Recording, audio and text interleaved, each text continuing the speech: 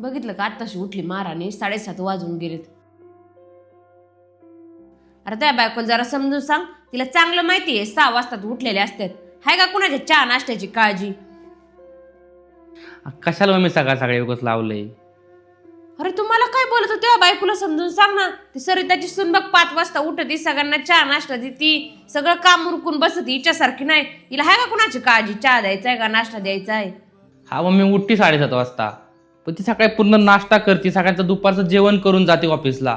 ऑफिसून येतात 6 वाजतात, तिथून पुढे जेवणाची तयारी, त्यानंतर मग सगळं काम आवडता आवडता 12 वाजतात. आणि ती कसं उठून 5 वाजता मम्मी? बघितलं का, लग्नाला 4-6 महिने नाही झालं तर लगेच बायकोच्या बाजू घेऊन माझ्यासोबत भांडायला लागलाय. अरे काय चुकीचं बोलतोय तो, बरोबर तर बोलतोय.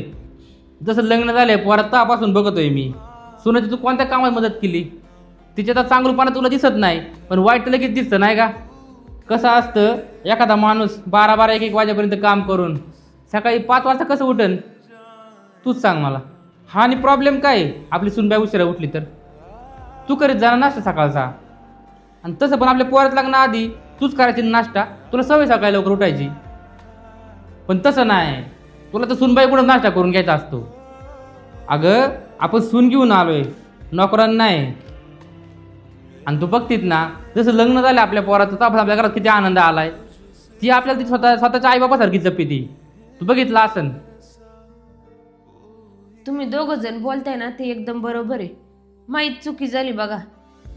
सुनबाई मधल्या सगळ्यात चांगल्या गोष्टी सोडून मी वाईटच बघत राहिले. पण आजपासून मी तसं करणार नाही. सुनबाई, आजपासून मी यांच्यासाठी नाश्ता बनवीत जाईन, तू आपली निवांत उठत जा. दमती तू पण कामं करून, मी बी समजून घ्यायला पाहिजे. हा आता कसं एक सासू नाही एक आई बोलल्यासारखं वाटलं बघ.